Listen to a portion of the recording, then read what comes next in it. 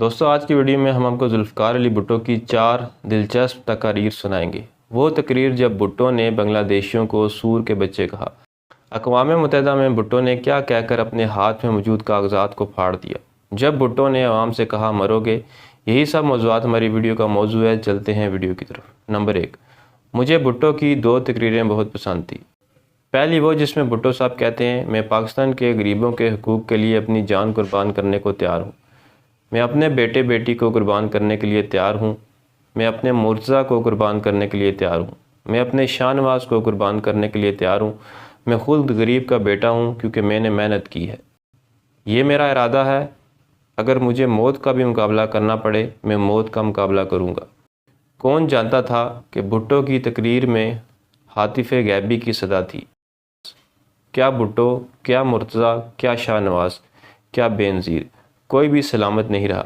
کیا اس وقت بھٹو دیوار کے پیچھے دیکھ رہے تھے؟ یہ سوال آج بھی مجھے تنگ کرتا ہے۔ دوسری تقریر اس سے بھی زیادہ پرجوش تھی۔ بھٹو صاحب کہتے ہیں یہ قوم ایک عظیم قوم بنے گی۔ یہ قوم دنیا کا لوہا بنے گی۔ قبول ہے آپ کو؟ اس قوم کو دنیا کا لوہا بنائیں گے تو خدمت کرو گے؟ اور ہزاروں کا مجمع یک زبان ہو کر کہتا ہے کریں گے۔ بھٹو صاحب آگے بڑھتے، محنت کرو گے، جواب آتا کریں گے، لڑو گے، لڑیں گے سب کار اٹھتے، مرو گے، سب سرفروش بولتے مریں گے، اور جدوجہد کرو گے، ایمان سے کرو گے، کریں گے، خدا کی قسم کرو گے، اور مجمع گویا دیوانہ ہو جاتا۔ یہ وہ دن تھے جب بھٹو صاحب کے خلاف حزب اختلاف کی تحریک زوروں پر تھی۔ پاکستان نیشنل الائنس کے 9 ستارے تحریک نظام مصطفیٰ کے نعرے کو لے کر بھٹو صاحب کے خلاف میدان میں تھے۔ نمبر 3، بھٹو کی تیسری مختصر تقریر۔ یہ وہ مشہور جذباتی تقریر تھی جو بھٹو صاحب نے سلامتی کونسل میں سقوط ڈھاکہ سے 1 روز قبل کی تھی۔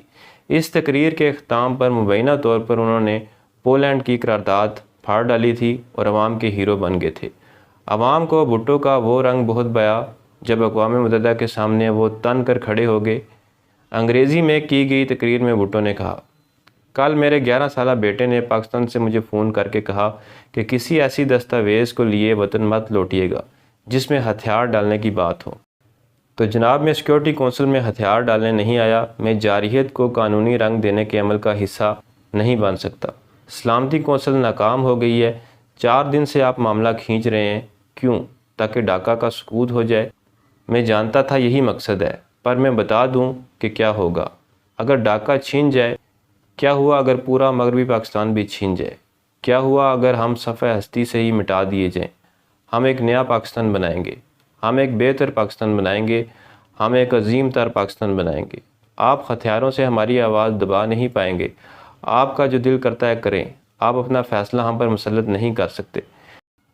میں اسے اپنی توہین اور عوام کی بے قدری گردانتا ہوں اگر میں ایک لمحہ بھی اور یہاں رکوں۔ ہم واپس جا رہے ہیں۔ ہم واپس جائیں گے اور لڑیں گے۔ میں اپنا وقت سلامتی کونسل میں اور ضائع نہیں کروں گا۔ میں جا رہا ہوں۔ اس کے بعد انہوں نے کچھ کاغذات کے پرزے کر کر ہوا میں اچھالے اور سلامتی کونسل کے اجلاس کو چھوڑ کر نکل آئے۔ آج تک یہ بحث ہے کہ کیا انہوں نے پولینڈ کی قرارداد پھاڑی تھی یا محض اپنے نوٹس۔ بہرحال ایک ہی دن بعد تمام دعووں کے باوجود افواج پاکستان کو ڈھاکہ میں ہتھیار پھینکنے پڑے۔ اتنے بڑے سانحے سے بھی بھٹو ملزم نہیں، ہیرو بن کر نکلے۔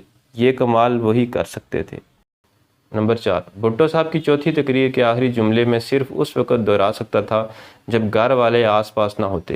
بنگلہ دیش کے بن جانے کے بعد اور اسلامی سربراہی کانفرنس سے قبل بھٹو صاحب نے بنگلہ دیش کو دعوت دینے کے لیے رائے عامہ ہموار کرنے کی غرض سے ایک بہت بڑے مجمع میں بنگلہ دیش کے ساتھ بہتر تعلقات کے لیے گیند عوام کے کورٹ میں ڈالی، اور شاید زندگی میں پہلی دفعہ انہیں شدید خفت کا سامنا کرنا پڑا جب ان کی تجویز کو جلسے کے حاضرین نے نہیں نہیں کر کے نعرے لگا کر مسترد کر دیا۔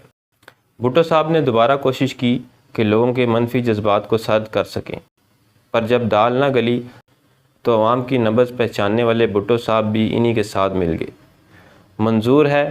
نہیں نہیں نہیں۔ اچھا ٹھیک ہے، اگر منظور ہے تو ٹھیک ہے، اگر نہیں منظور تو جہنم میں جائیں۔ یہ اشارہ بنگلہ دیش کی طرف تھا۔ تو پھر جہنم میں جائیں، جہنم میں جائیں۔ اچھا ٹھیک ہے، آپ کی بات مان لی، آپ کی بات۔ بیٹھ جاؤ بیٹھ جاؤ، سن لو، بیٹھ جاؤ۔ یہ طریقے نہیں ہیں۔ اچھا آپ سنو، میں کہتا ہوں۔ اچھا آپ سنو، میں کہتا ہوں۔ اس سے بڑی کون سی زیادتی ہو سکتی ہے؟ اچھا آپ کی بات مان لی، نامنظور نامنظور، جہنم میں جائیں، سور کے بچے جہنم میں جائیں۔ یہ انتہائی دلچسپ منظر تھا جب 2 منٹ کے اندر اندر بنگلہ دیشی مسلمان بھائی اور آزادی کے جنگ کے ساتھی جہنمی اور سور کے بچے بن گئے۔